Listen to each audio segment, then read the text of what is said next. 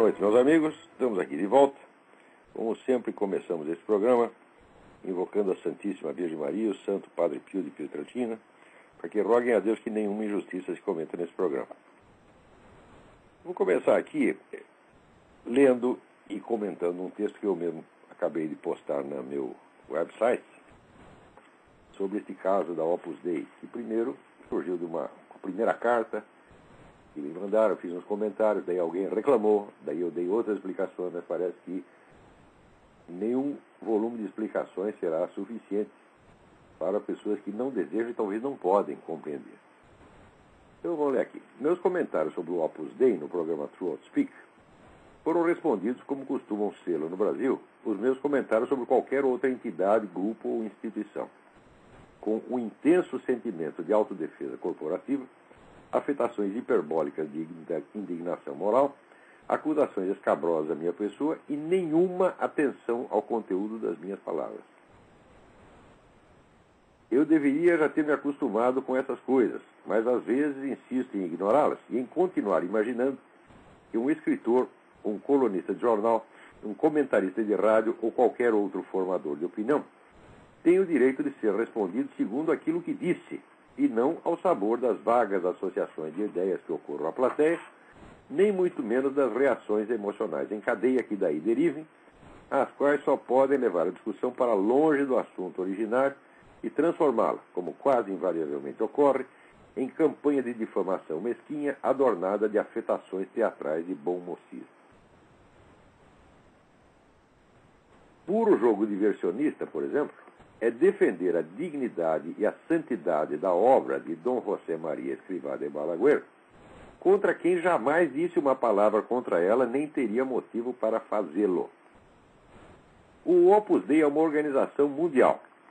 Se eu quisesse atacá-la, deveria falar dela em escala genérica e universal, em vez de concentrar as minhas críticas, como o fiz, na conduta política, ou mais propriamente apolítica, de seus membros num país em particular, o Brasil. Nada do que eu disse sobre omissão e covardia poderia aplicar-se, digamos, ao Opus Dei americano, que é um dos frontes mais ativos da guerra cultural em defesa do cristianismo. Muito menos ao tronco originário espanhol da mesma entidade, de cuja intensa e frutífera atividade política presta contas o eminente historiador Ricardo de la Cierva, no livro indispensável Las Puertas del Infierno, publicado em Barcelona pela editora Fênix em 1995. Só para esclarecer esse ponto, na Espanha há ainda todo um partido político chamado Partido Popular, que era orientado por gente da Opus Dei. Quer dizer, a Opus Dei foi essencial na política espanhola nos últimos 20 anos. Então, eu jamais poderia dizer que a Opus Dei espanhola, quer dizer, que é onde nasceu o Opus Dei, fosse omisso, covarde ou politicamente inoperante. Muito menos o Opus Dei americano. O que eu estou falando é de um pessoalzinho em particular, tá certo? Que é essa turminha, vamos dizer que talvez nem sejam os membros mais importantes da Opus Dei, mas que parasitam, tá certo? A obra em benefício próprio, como esse vagabundo desse seu Alex Catarino, do qual falarei daqui a pouco. Continuando. Se, portanto, limito-me a cobrar dos membros brasileiros dessa entidade uma conduta à altura da de seus colegas de outras nações, que sentido faz defender contra mim a entidade em si, que, longe de ser atacada nos meus comentários, está ali servindo de padrão de medida para a aferição do comportamento de um de seus ramos em particular?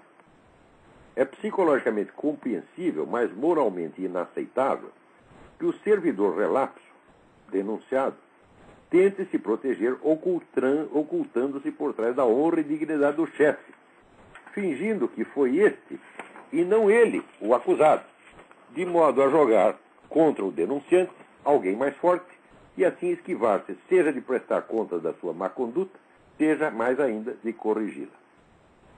Todas as apologias da obra que estão circulando em resposta às minhas críticas devem, portanto, ser desde logo descartadas como meros subterfúgios covardes, totalmente alheios ao assunto em discussão. O que eu disse, em substância, foi que, no Brasil, os membros do Opus Dei, entre os quais muitos políticos, empresários, magistrados, gente, em suma, de algum poder e influência, se omitem de juntar suas forças àqueles combatentes isolados e desprovidos de recursos que hoje enfrentam em luta monstruosamente desigual as forças bilionárias do establishment esquerdista e sofrem por isso toda sorte de boicote, difamações, marginalização profissional e ameaças de morte. Eu citei até nominalmente o caso da Graça Salgueiro. Quer dizer, como é que uma entidade importante, como é que pessoas que têm poder e influência deixam uma Graça Salgueiro nesse total isolamento? Uma mulher que vive do dinheiro da sua aposentadoria da Prefeitura do Recife, tá certo? E que está prestando o mais relevante serviço à mídia nacional e à cultura nacional, na medida em que ela é a única, presta atenção, a única fonte de informações digna e confiável sobre tudo o que está se passando na América Hispânica em torno de nós. Ela mantém contato com todas as fontes primárias de informação e conta o que está acontecendo. Note bem, o pessoal da Folha de São Paulo, do Estadão, do Globo, vive lendo a Graça Salgueiro e depois repete 6 meses mais tarde, atenuado, tá certo? E castrado, o material que ela colocou no seu humilde blog. E não aparece uma pessoa para dar um reforço. Não se vê uma menção elogiosa à Graça Salgueiro. Quer dizer, comparado com essa mulher, vocês são todos boiolas mesmo. Eu disse, e note bem, jamais pedirei perdão por dizer a verdade. E compara tudo o que vocês, seus vagabundos, fizeram ao longo desses anos, não vale um mês de trabalho desta senhora isolada, pobre, sem recursos, tá certo? Que é uma verdadeira batalhadora. Não tá fazendo, o que ela está fazendo ali não é propaganda política, ela não tem partido, não tem organização, não tem. Ela está simplesmente assegurando aos brasileiros o acesso a informações fundamentais, sem as quais eles não podem compreender o que está acontecendo no seu próprio país e muito menos em torno. O que ela está fazendo é uma missão absolutamente salvadora. Tá certo? E eu tenho certeza, mas certeza absoluta, que no juízo final vocês vão ter que baixar a cabeça perante a Graça Salgueiro e pedir desculpa para ela, pô.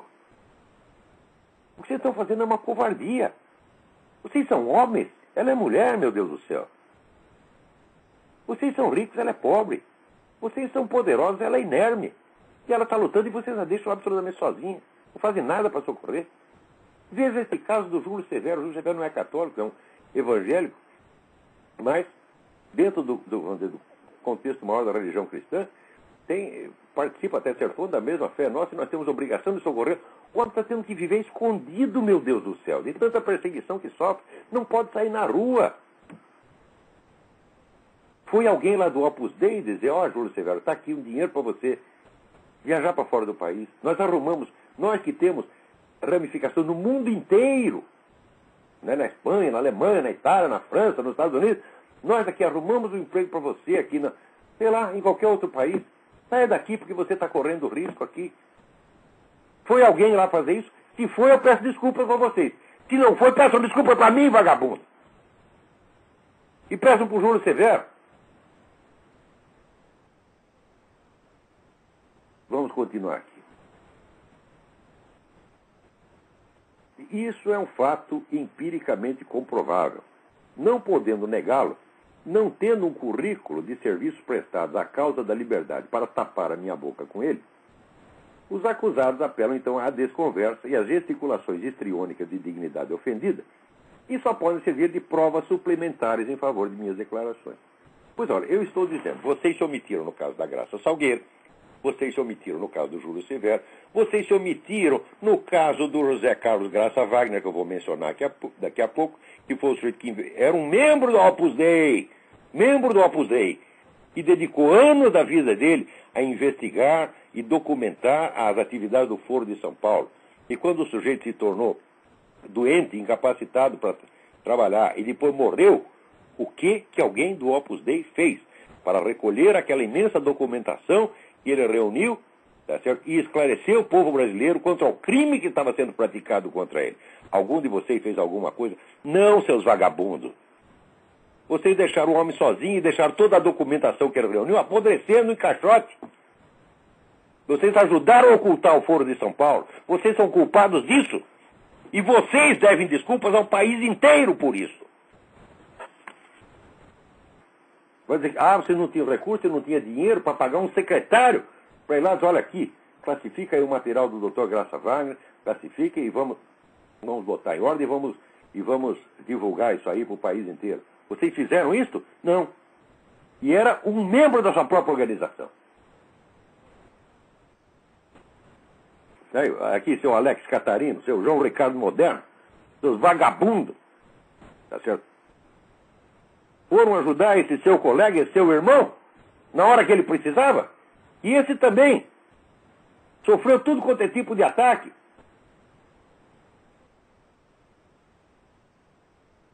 Tá certo? E todo o trabalho da vida dele foi jogado fora por vocês.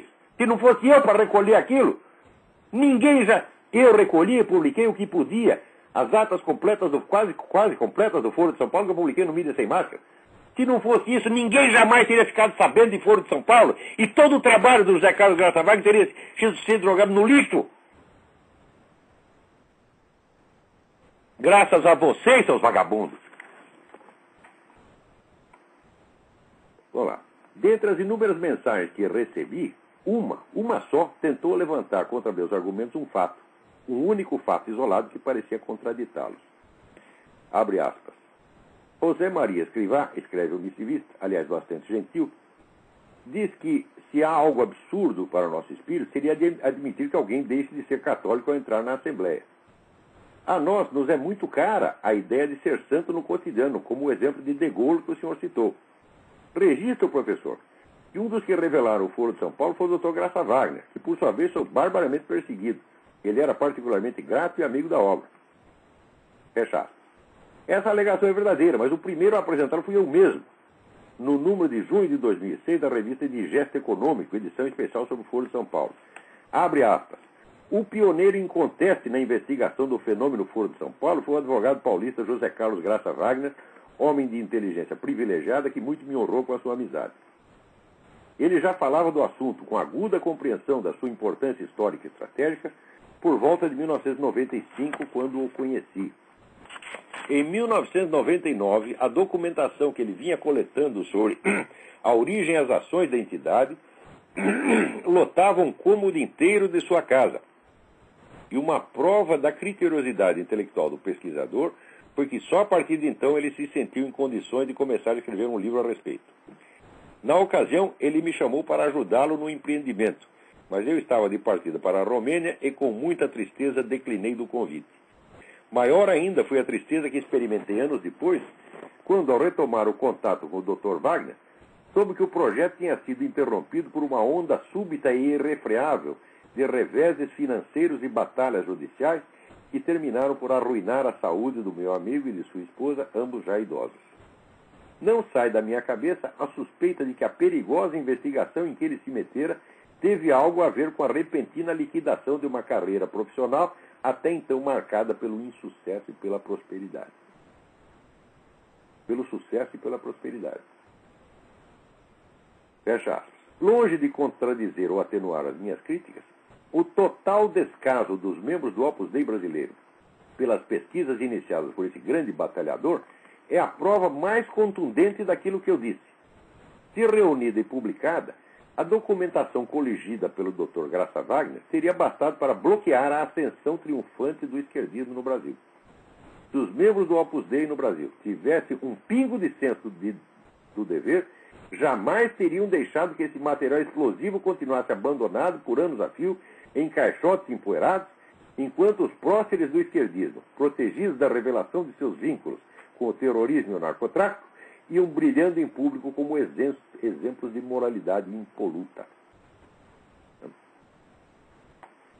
Fiz tudo o que estava ao meu alcance para divulgar em jornais e revistas alguns dos fatos descobertos pelo Dr. Graça Wagner, só deixando de citá-lo nominalmente desde o início a pedido dele mesmo, mas passando a fazê-lo tão logo a morte desse meu querido amigo me livrou do compromisso de silêncio. O que não consegui foi que alguma entidade ou pessoa de recursos se responsabilizasse pela guarda e aproveitamento daquele material, constituindo uma equipe de pesquisadores para que o arquivasse, classificasse e publicasse. É a esse fato que o Sr. Alex Catarino de Souza, um tipinho ridículo, ao qual darei mais adiante o tratamento que merece, alude com malícia pueril ao dizer que, aspas, a tentativa de aproximação do Sr. Olavo de Carvalho com alguns membros do Opus Dei tinha como principal objetivo não a sua conversão ao catolicismo, mas principalmente o interesse de obter recursos financeiros. Fecha aspas. Não ver porque eu deveria precisar de auxílio do Opus Dei para me converter a uma igreja que já era a minha. Mesmo, mas, sem dinheiro de certo, era impossível dar prosseguimento ao trabalho iniciado pelo Dr. Graça Wagner. Tudo o que eu podia fazer com os meios de que dispunha foi exatamente o que fiz: estudar aquela massa de papéis e divulgar alguns dos fatos essenciais que eles documentavam. Fiz isso não só nos meus artigos de imprensa, mas também publicando no jornal eletrônico Mídia Sem Máscara as atas quase completas das assembleias e grupos de trabalho do Foro de São Paulo. O que fui pedir às criaturas aludidas pelo seu Catarino, e note bem, eu não as procurei enquanto membros do Opus Dei, eu os procurei enquanto figuras de projeção na sociedade. É certo? A maior parte deles eu nem sabia que eram membros do Opus Dei, fiquei sabendo depois. O que fui pedir às criaturas não foi dinheiro, foi que honrassem a memória do pioneiro investigador, impedindo que seu trabalho, essencial para o futuro político de um continente inteiro, fosse abandonado e esquecido. Descontada a parcela que fiz sozinho, muito mais do que fizeram todos os membros do Opus Dei somados, os únicos resultados que obtive em quase uma década de esforços persuasórios foram a edição especial do Digesto, já mencionado, iniciativa pessoal de Guilherme Afif Domingos, que nem sei se é ou não é membro do Opus Dei, e a publicação pela realização da coletânea de artigos Conspiração de Portas Abertas, em 2008, onde o artigo do Digesto foi aproveitado como prefácio, com a ressalva de que o organizador, Paulo Diniz Zamboni, sem autorização minha, cortou do texto justamente as linhas acima citadas, privando da indispensável homenagem à memória do Dr. Graça Wagner. Isso aí foi Paulinho dormiu no ponto, não percebeu a importância desse parágrafo inicial. Também não posso dizer que o Dr. Wagner foi a única exceção no quadro da omissão geral do Opus Dei. Quando o Mídia Sem Máscara estava ainda engatinhando, foi outro membro daquela entidade, o qual conta entre meus melhores amigos, e cujo nome não cito porque ele não me autorizou a isso, quem veio em nosso socorro durante algum tempo. Note bem, e não veio enquanto membro do Opus Dei, veio enquanto meu amigo pessoal, que já era meu amigo muito tempo antes disso. Ninguém falou de Opus Dei coisíssima nenhuma. Certo? Oferecendo uma sala do seu escritório para a sede da redação e ainda fazendo alguma contribuição em dinheiro, modesta, porém salvadora naquele momento, da qual não embolsei o único tostão, deixando para os editores executivos, sem jamais sequer pedir que me prestassem contas.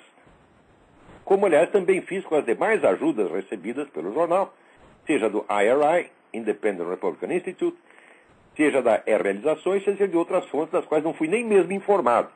Ajudas sempre modestas e muito abaixo das necessidades da publicação.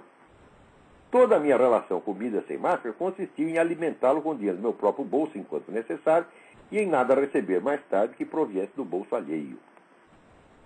Ainda com relação a esse tópico, dinheiro, uma só vez, em 20 de junho de 2006, uma única vez e nada mais, coloquei no meu website um pedido de ajuda, acompanhado de links para contribuições pelo PayPal, exatamente como aqueles que se encontram em praticamente todos os sites ativistas do mundo. E depois nunca mais voltei a tocar no assunto. Mesmo no programa Throat Speak, ao longo de suas mais de 100 emissões semanais, jamais pedi um tostão a quem quer que fosse. Vocês, ouvintes deste programa, são testemunhas. Pedi dinheiro a vocês algum dia? Disse contribuam para o programa? Não, eu estou fazendo esse programa que não é um trabalho maluco, que aqui a gente tem que ler quase 200 e-mails toda semana para separar uns 20 e responder uns 10. Né? Não estou ganhando um tostão com isso. As pessoas que trabalham aqui comigo me ajudam também, ninguém está recebendo nada. E pedir dinheiro algum dia? Não. Mesmo quando abri o seminário de filosofia online, ali depositando os frutos de mais de 30 anos de trabalhos e estudos, só o que solicitei aos usuários foi a taxa mais que modesta de $20 por mês, para cobrir despesas e pagar meus auxiliares. Pois bem, aquele apelo de 2006, excepcional e isolado, além de plenamente justificado pelas circunstâncias que ele mesmo descreve, bastou para que o senhor Catarino, por ironia, um fundraiser profissional, angariador de fundos profissional, me acusasse de fazer, aspas, constantes campanhas para arrecadar fundos em benefício próprio, achando que pelo simples fato de ele existir deve ser pago por todos.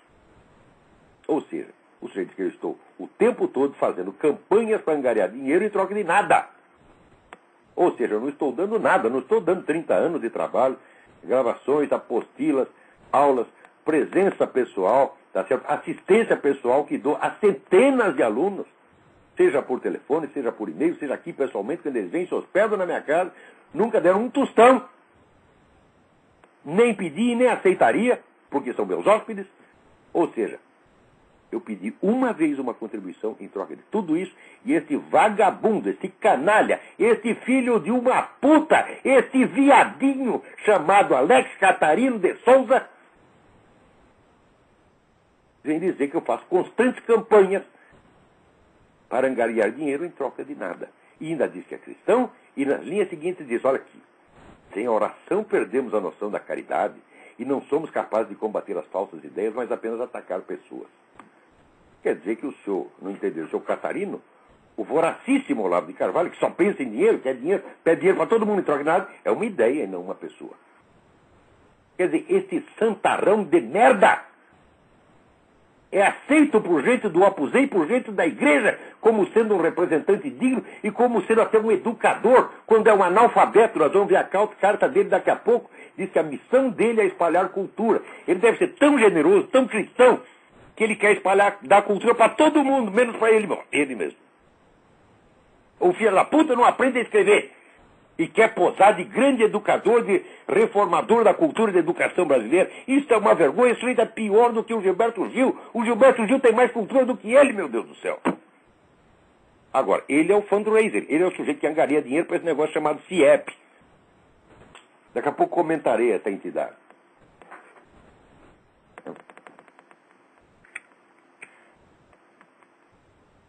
Mas deixamos essas catarinices para a sobremesa. Eu vou colocar o segundo texto mais tarde comentando sobre Catarina. Elas são deliciosas demais para que as desperdicemos por aqui. Por enquanto, lembro aos interessados que nas eleições de 2006, o candidato presidencial Geraldo Alckmin poderia ter liquidado as pretensões de seu adversário se consentisse em mostrar as atas do Foro de São Paulo, incluindo discursos pronunciados em círculos discretos pelo próprio Lula, tá certo? Que comprovavam, acima de qualquer possibilidade de dúvida, seu papel de liderança no movimento comunista continental e sua longa parceria política com organizações de terroristas, sequestradores e narcotraficantes. Ou seja, bastaria o Alckmin falar disso aqui uma única vez e estaria acabada a candidatura Lula. Ele teria a mesma obrigação de fazer isso, pois não é lícito a ninguém, muito menos a um sujeito que se diz católico praticante, acobertar os feitos de um criminoso para fazê-lo posar diante do público como um candidato normal e honrado, só separado do seu adversário por algo tão inofensivo como uma polida divergência de ideias. Dizem que o senhor Chuchu não é pessoalmente um membro da obra, mas o fato é que vivia cercado deles em rodas de oração e encontros sociais. Alguém cumpriu sua obrigação de levar a ele os documentos colhidos pelo Dr. Graça Wagner? Algum deles cobrou do candidato o dever estrito de revelar aos eleitores a verdadeira identidade do seu concorrente, para que decidissem seu voto com consciência de causa, em vez de imaginar que faziam uma escolha entre meras correntes de opinião moralmente equivalentes? Então é isso, meu filho. O continente está sendo atacado, tá certo, por organizações terroristas, de narcotraficantes, de sequestradores, de assassinos. E essa turminha, esses viadinhos tipo Alex Catarino, senão nós temos que manter o debate no nível das ideias. Como se homicídio fosse uma ideia. Como se narcotráfico fosse uma doutrina. Como se sequestro fosse uma teoria filosófica. Eles querem isso, eles querem debates polidos e educados. Eles não querem meter a mão na massa. Por quê? Querem ficar dentro das suas casas, protegidos, fazendo suas orações, ganhando seu dinheiro, praticando seu fundraising, tá certo? E acusando inocentes. Né? Agora aqui. Mas não se pode dizer que essa explosão de protestos descabidos foi de todo inútil. Graças a ela, o senhor Alex Catarino de Souza cujas contribuições à elevação cultural da juventude brasileira fizeram dele um modelo de todas as virtudes intelectuais, cívicas e clericais, rompeu o longo mutismo em que a humildade cristã o encerrara por tão longos anos e consentiu em brindar-nos generosamente com duas produções da sua mente iluminada. Elas constituem, que eu saiba, o corpus inteiro da sua obra escrita. Da parte falada, tínhamos já no YouTube uma breve, mas fulgurante amostra, na qual esse cérebro de Skoll, discursando em língua estrangeira como nova águia de ar, informava ao mundo: "The roots of wealth is not oil, is people." Está lá no YouTube. Não há alma, por mais materialista, filistina e empedernida, que ouvindo uma coisa dessas não confesse que é uma belezinha. Se na obra do seu Catarino esses momentos de puro êxtase intelectual são raros, isso não se deve a nenhuma falta de inspiração, mas à pletora de atividades criativas de outro gênero, a que ele tem devotado o melhor das suas energias numa verdadeira via crucis de trabalho e de sacrifício, e, que ainda não lhe garantiu um lugar no paraíso, ao menos lhe rendeu o respeito e admiração de altos líderes espirituais e eclesiásticos, entre os quais o Sr. João Ricardo Moderno. Vocês lembram quem é o Sr. João Ricardo Moderno? O Sr. João Ricardo Moderno é aquele vagabundo, mentiroso, canalha, que presidia um treco chamado Academia Brasileira de Filosofia, que é um órgão que vivia de favor dentro da faculdade da cidade, no Rio de Janeiro, e que levava lá uma verba do Dr. Ronald Levison, uma verba considerável todos os meses, tá certo? E que publicou, em associação com a faculdade, a primeira edição do meu livro, O Imbecil Coletivo. Como o livro pegou mal nas esferas universitárias, lógico, descia o cacete todo mundo, desmascarava aqueles caras, mostrava que eram tudo um bando de charlatão, esse senhor Moderno agiu da maneira realmente moderna, né? Colocou uma carta no Jornal do Brasil dizendo: não, a Academia Brasileira de Filosofia não tem nada a ver com isso, nosso nome foi usado indevidamente, nós não sabíamos desse livro. Daí eu não tive remédio, minha gente, senão publicar no próprio Jornal do Brasil. Né? Fui lá, falei com o diretor da faculdade: doutor, precisamos responder esse cara, então tem que botar um anúncio aí respondendo esse negócio. E ele pagou o anúncio e eu botei lá a documentação que eu tinha. Primeiro, que a foto do vagabundo no lançamento do livro batendo palminha. Quer dizer, se ele não sabe do livro, o que ele está fazendo no lançamento batendo palminha? Viadinho. Né? Segundo, a nota fiscal de impressão do livro em nome da Academia Brasileira de Filosofia. E terceiro, o depoimento do encarregado da parte gráfica, lá do serviço gráfico lá da faculdade, o Luiz Soares, que disse: não, de fato, foi o seu Moderno que fez isso, a academia que pediu. É claro que desde esse dia esse cara me odeia. Porque esse cara, assim, era rato de sacristia. Vivia lá lambendo o saco de padre.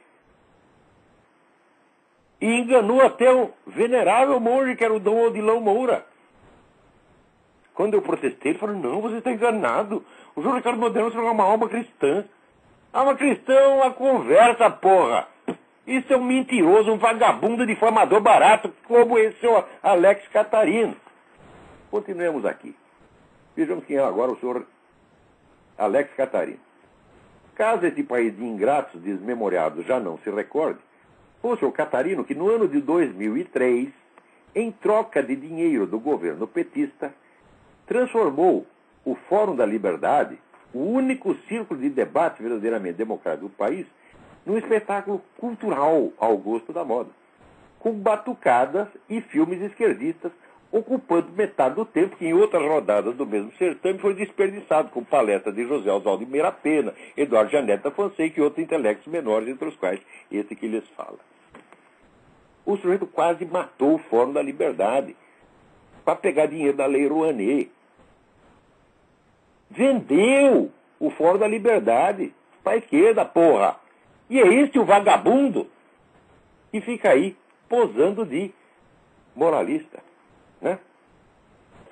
Agora, depois dessa realização memorável, o referido trasladou-se aos Estados Unidos para um curso na Atlas Foundation, durante o qual, abandonando temporariamente os afazeres deste baixo mundo, pôde finalmente aprimorar o seu domínio da ciência que mais o estimula intelectualmente, o fundraising. Fundraising quer dizer angariar fundos. Ele é um angariador de fundos profissional. E vai dizer que eu faço campanhas constantemente para... Eu que publiquei uma vez um pedido, eu faço constantes campanhas de arrecadação de fundos. Ó, a arrecadação de fundos é o trabalho dele. É de que ele vive. Ele angaria fundos em troca de quê? De angariar fundos. Para não dizer que ele não oferece nada, ele nos brindou aqui com duas produções, né, da sua mente. Eu vou ler uma delas, só que é uma mensagem colocada no Orkut. Você vê a elevação espiritual do sujeito. Né? Teve um camarada no Orkut que chamou ele de comunista. Né? E ele então reclama, não diga mais isso, não me confunda com um comuna. Pois, na verdade, eu sou um boiola. Pelo menos na visão do senhor, não lavo o meu carvalho. Esse apelido me foi dado pela turma da comunidade Olavo de Carvalho nos odeia, que originalmente chamava Nós Odiamos Olavo de Carvalho. Depois, para se fazer de inocente, disseram que eu que os odeio. Eu jamais liguei para esse apelido, que é uma coisa, vamos dizer, de uma grosseria pueril, porque tem piada, meus filhos, que funciona assim, exatamente como praga de urubu. Porque não lavo o meu carvalho, o que é isso? Se o sujeito está reclamando da minha falta de higiene peniana, então, em primeiro lugar, porque ele viu o referido membro. Em segundo lugar, ele o viu de curta distância para poder reparar que estava sujo. E ele o manipulou, cheirou, lambeu e disse, está sujo, não quero mais. Olha, seu Catarino, estou falando com o senhor mesmo. Agora, se o senhor fez isso, seu Catarino, o senhor fez enquanto eu estava dormindo. Porque eu não me lembro desse acontecimento traumático na minha vida. Se eu acordasse no meio da noite e visse o senhor mexendo no meu venerável membro, que tem 61 anos de idade, já está gasto e merece respeito, gerou tantos filhos, já adultos, já cumpriu a sua missão nesta terra, e agora pode ser arquivado, pode passar até o arquivo morto, sem reclamar. Se eu visse o senhor mexendo ali e verificando as condições de higiene e manutenção do referido órgão, eu teria um infarto. É o apocalipse. Eu acordo e está lá o senhor Alex Catarino mexendo na minha venerável pica. Isto, se não tiver ele e os 4 mil que usam esse apelido, eu nunca reclamei, porque sabe como é? Sempre que eu ouço alguém me chamar disso aí, que é uma coisa assim, sabe, aquela grosseria, insulto de criança mesmo, né? Eu lembro de uma história, né, verídica, que aconteceu no Rio Grande do Sul. Tinha um político lá que era o candidato mais velho, né, a uma prefeitura, sei lá, não lembro que cargo que é. Era um homem de 80 e tantos anos, o candidato mais velho que tinha. Ele está lá discursando e alguém de repente grita assim, aí, velho broxa!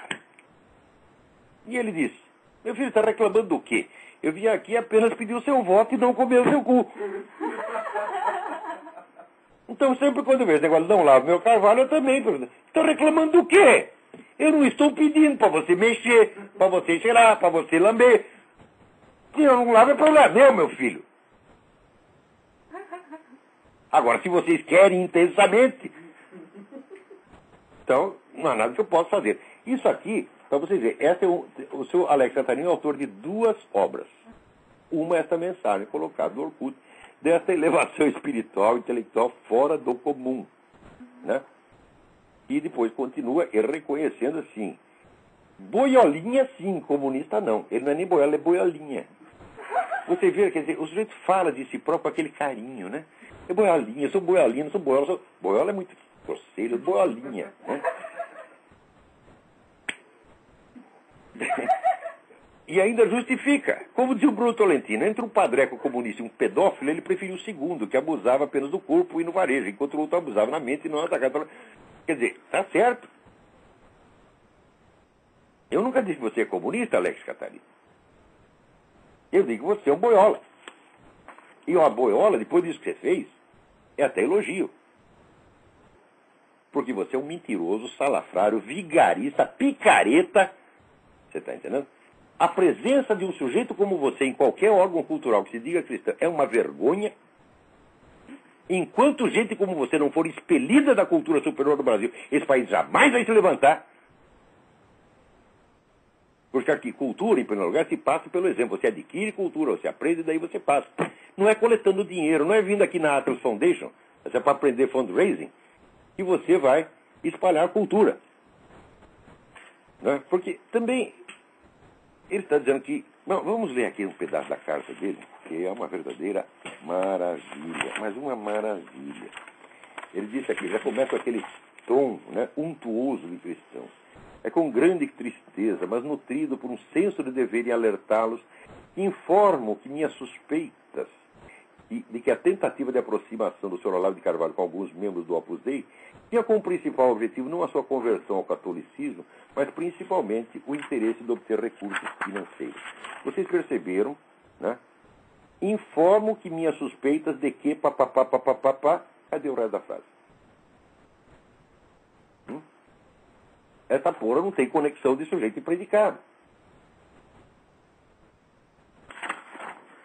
Vamos lá. Partimos então aqui. Alguns dos amigos que estão recebendo esse e-mail sabem o quanto Márcia, que é a mulher dele, eu e toda a equipe do Centro Interdisciplinar de Ética e Economia Personalista, CIEP, evitávamos qualquer associação com o Sr. Olavo de Carvalho. Um momento. Como vocês evitavam essa associação se eu jamais a busquei? Eu não sei onde fica esta merda, meus amigos. Eu nunca fui lá. Eu falei, evitava a associação, então depois o Olavo de Carvalho está lá o tempo todo, batendo na porta, querendo entrar. Diz, não, põe esse cara para fora. Não quero mais. Eu não sei que merda é essa, meu filho. Como evitávamos a associação? Eu nunca fui na sua casa, nunca fui no seu. Quem foi na minha casa foi você. Inúmeras vezes. E quando lhe interessou. Eu sei que a partir da hora que eu escrevi essa denúncia sobre essa cachorrada que você fez no Foro de São Paulo, no Foro de São Paulo, na Fórum da Liberdade, quase matando, né? O maior encontro de conservadores, liberais e inovadores, você quase matou. Vendeu em troca de dinheiro. Né? Transformou num festival de esquerdismo em troca de dinheiro. Vai dizer que você não levou comissão, seu Alex? Tá brincando?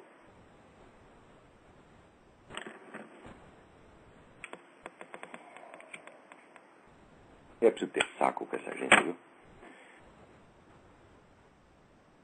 Daí continua, ele fala das... Né? Por discordar de suas repetidas tentativas de desviar jovens da vida acadêmica. Né? As nossas instituições de ensino superior têm problemas, mas não podemos nos omitirmos. Não podemos nos omitirmos! E esse cara quer passar cultura superior para os outros. Quando é que vocês vão entender? Que pessoas desse tipo não podem desempenhar uma função na cultura. Esse cara não pode ser professor primário. Quando é que vocês vão entender que picareta, semi-analfabeto, não pode espalhar cultura para ninguém? Se você não pode dar o que você não tem, meu filho. Se quiser dar o cu, dê porque você tem. Vocês mesmos dizem que é boiola. Essa é boiolinha. Tá? Então, dê. Porque você tem um. Espero que tenha. Às vezes suspeito que não tem. Eu cozinho, exatamente. Às vezes suspeito que não tem, porque a merda volta para a cabeça. Então é porque não tem para onde sair. Tá? Como é que vocês admitem um charlatão, um vagabundo desse, num órgão de cultura ainda ligado à igreja? Meu Deus do céu. E daí, fala essa coisa, tentativa de desviar jovens da vida acadêmica. Deve ser por querer desviar os jovens da vida acadêmica que eu orientei extraoficialmente tantas teses de mestrado, doutorado, muitas delas hoje publicadas, como aquela coisa, né, brilhante do Dalla Rosa, né, o direito como garantia, e umas outras teses que estão circulando por aí. Não vou citar uma por uma, mas, olha, no mínimo umas 40. Tá certo? No Google tem. Procura no Google. Vai ver. Deve ser também por isso que eu lecionei 5 anos na Universidade Católica do Paraná. Deve ser por isso que eu abri também, né, as fronteiras da vida acadêmica para o meu próprio filho, Luiz Gonzaga Carvalho Neto. É claro, eu estou tirando todo mundo da universidade. Quando digo afastar da universidade, meu filho, não é tirar o seu emprego, não. Se você precisa de um emprego universitário, você deve ficar lá. Agora, não tenha a ilusão de que você vai aprender alguma coisa lá. Porque se você estudar na Universidade Brasileira, você vai sair que nem Alex Catarino. Escrevendo, não podemos nos omitirmos. E começando uma frase que, de repente, né, eu me convenci de que, e não tenho de que ele me convenceu, não termina. O sujeito escreve assim e vem e quer dar lições de cultura superior. Daí, aqui, conheci Olavo em 1998, mas pouco mais de 3 meses de contato para mentira. Tu frequentou minha casa durante muito mais de um ano, você com a Márcia, pô. A Márcia colaborando, tá trabalhando com a gente junto no ensaio reunido do Alto Maria Carpo. Né? E no livro, na tradução do livro do Rosenstock, né? Que ela, sua mulher, tem 100 vezes mais cultura do que você. Né? E você não é capaz nem de aprender com ela. Ô, Márcia, ensina esse rapaz a escrever, porra. Talvez ele ainda tenha jeito. Se você, né, botar um cabresto nele, talvez ele aprenda a escrever. Pois percebi que sua luta não era o que acredito ser a minha vocação. Ajudar na formação intelectual de jovens universitários e promover um apostolado na cultura. Mas como é que o sujeito está interessado na formação intelectual de jovens? Não forma intelectualmente a si próprio primeiro. Não aprende sequer o seu próprio idioma. Quando é que vocês vão entender que... todo sujeito está aí falando de divulgação cultural e não tem cultura e não adquire, é picareta. Está lá só por dinheiro e fama. É claro que é.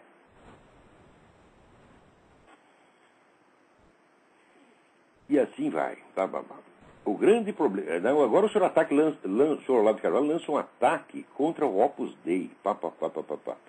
Ora, não ataquei o Opus Dei nenhum, meu Deus do céu. Estou atacando a conduta desses vagabundos que são membros do Opus Dei no Brasil, tá certo? E que não fazem nada. E quando fazem, faz o que faz o seu João Ricardo Moderno, faz o que faz o seu Alex Catarino. E só serve para dar mau exemplo. Com relação a esse negócio de CIEP, né? Evitarmos qualquer associação. Quem disse que eu vou me associar com essa porcaria? Gente, olha aqui. Vocês sabem você sabe o que você está falando? Eu sou o Olavo de Carvalho. Eu já tive mais de 10 mil alunos. Mais de 10 mil pessoas já passaram pelos meus cursos. E fizeram trabalho de apostolado e de conversão. Digo, meu Deus do céu, são milhares e milhares e milhares de pessoas que ou voltaram à igreja ou foram para a igreja, estimulados por meus artigos, minhas aulas, etc, etc. Eu coloquei os caras na igreja, não estou fazendo eles seguirem a mim, eu estou mandando eles para a igreja. Eu tenho aqui um número ilimitado de cartas que contam isso. Quantos vocês converteram o CIEP? Eu respondo, ninguém. Vocês não converteram ninguém. Porque vocês são hipócritas. E você, seu Alex Catarino, né? Você não pode nem converter ninguém, tá certo? Porque você não tem a menor ideia, tá certo, do que é conversão. Conversão significa, em primeiro lugar, você reconhecer a realidade da sua alma e você aprender a apresentá-la a Deus com sinceridade, em vez de ficar posando e se fazendo de bom menino. Veja, na carta que ele distribui para os membros do Opus Dei, é esse estilo untuoso, sabe, falsamente elegante, né?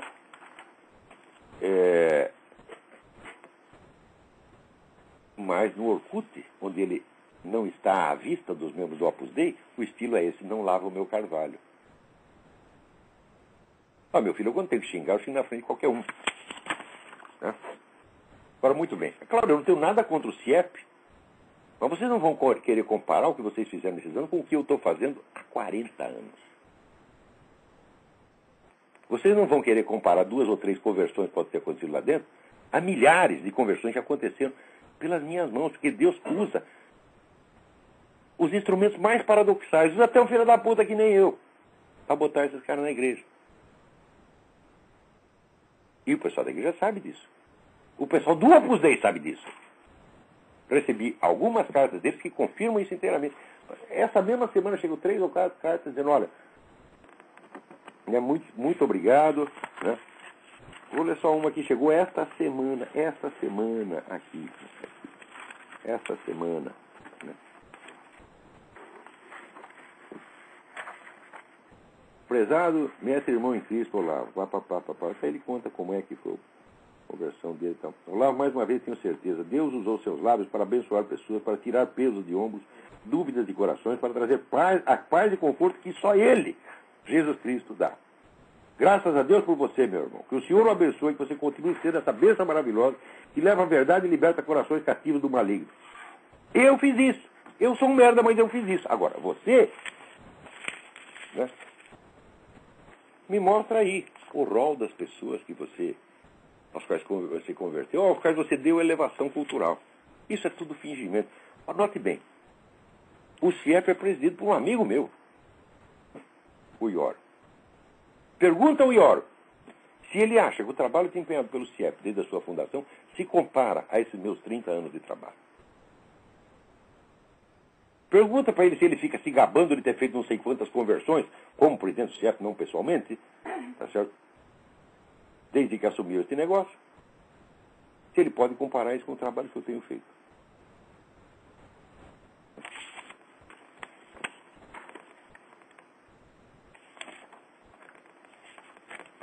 Vamos continuar e vamos ver como é que é isso. O grande problema desse ataque é que ele pretende reduzir o catolicismo a uma luta anticomunista. Fala, mas meu saco! Meu saco! Mas veja, a coisa mesmo é contraditória. Quer dizer, por que o catolicismo deveria lutar contra o comunismo se ele fosse apenas uma luta anticomunista? Se ele não tivesse valores próprios a defender, por que ele deveria lutar contra o comunismo? Seria que nem o senhor Alex Catarino, que angariaria fundos em troca de angariar fundos. Seria uma coisa absolutamente vazia. A igreja tem obrigação de lutar contra o comunismo. Cada um tem obrigação de lutar contra o comunismo. Pio XII disse, com risco da sua própria vida, desgraçado. Justamente porque o comunismo é o maior inimigo que a igreja teve. Ao longo de 2 milênios de existência, nunca houve um movimento anticristão deste tamanho, dessas proporções e com esse poder. E você, seu vagabundo, quer reduzir tudo a uma polida disputa de ideias. Né? Então daí, ele pretende reduzir o catolicismo a uma luta anticomunista, negando que o mais importante forma de um católico agir no mundo é por intermédio da oração. Claro. Eu só disse que combater o comunismo e não pode fazer oração. Por isso mesmo que eu começo meu programa como oração. E a primeira coisa que eu faço aqui é oração. E o resto é apenas o exercício daquilo que a oração está mandando fazer, pô. Eu pergunto a quantas pessoas. Eu mesmo ensinei. O importante é você rezar o texto. Faça isso, né? A quantas eu repeti a frase do Padre Pio? Reze e não se preocupe. Quantas? Então aqui. Sem a oração perdemos a noção da caridade e não somos capazes de combater as falsas ideias, mas apenas atacar as pessoas que professam o erro. Qual ideia minha que o senhor Catarino, combateu? O que ele disse é que eu só vivo cavando dinheiro. Ou seja, que eu estou fazendo exatamente o que ele está fazendo. O que ele disse é se fazer de superior direito. Evitávamos a associação com o senhor Olavo de Carvalho. Como? Se eu nunca fui lá. Como? Se eu nem sei o que vocês estão fazendo. Como? Se eu nunca busquei essa associação. Ou seja, está fingindo uma situação que não existe para se fazer de importante. Nós desprezávamos o senhor Olavo de Carvalho.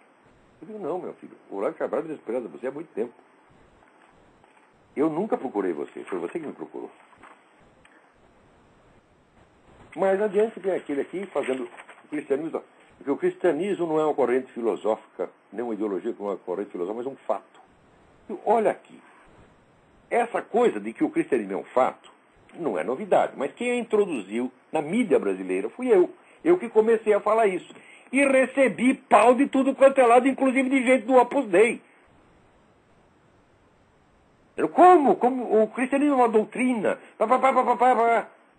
Está aí o seu Rodrigo Pedroso ali, descendo o cacete, vindo pra cá. De repente aparece, o sujeito pega a minha frase e começa a repetir.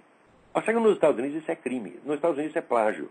Agora, a lei brasileira protege o plagiário porque ela só pune a cópia literal de um texto, não você chupar a ideia do sujeito sem citá-lo, a lei brasileira é omissa nesse ponto. Agora, as minhas ideias que andam circulando por aí, sem nome, são uma grandeza. Garanto para você que metade do repertório do que esses camaradas dizem, aprenderam comigo. E sai repetindo e não cito a fonte. Por quê? Porque o Olavo de Carvalho fala palavrão. O Olavo de Carvalho é brega. Nós somos gente chique. Nós não podemos sujar nossas mãozinhas. E chamam isso de cristianismo, meu Deus do céu. Meu Deus do céu, onde é que vai parar isto?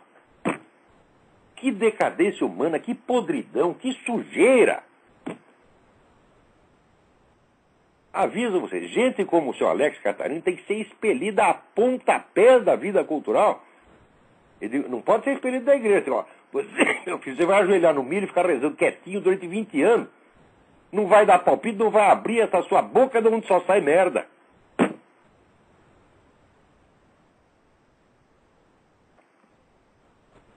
Houve também algumas cartas aqui, não propriamente em minha defesa, aqui, como diz um deles, o Ítalo Marcílio. Alex, não vou defender o Olavo, porque realmente não precisa disso, ainda mais contra um e-mail escrito por você. Né? Obrigado, Ítalo. Também agradeço aqui ao Rodrigo Simons. Né? Agora, o sujeito termina. Rezemos para que o senhor Olavo de Carvalho, pelo senhor Olavo de Carvalho, para que um dia, de fato, ele se converta. Meu filho, eu não tenho que me converter a nada. Eu já estou lá dentro. Eu estou lá dentro desde que nasci. E estou lá dentro de todo o coração. Muito mais do que você. Agora, eu devo me converter à sua religião? Eu garanto, a sua religião não é minha. A minha religião não permite que eu me refira a um homem que aos 60 anos de idade, 59 anos de idade, pela primeira vez, publicou um pedidozinho de ajuda e dizer que esse homem vive em constantes campanhas para angariar fundo em benefício próprio. A minha religião não permite dizer isso.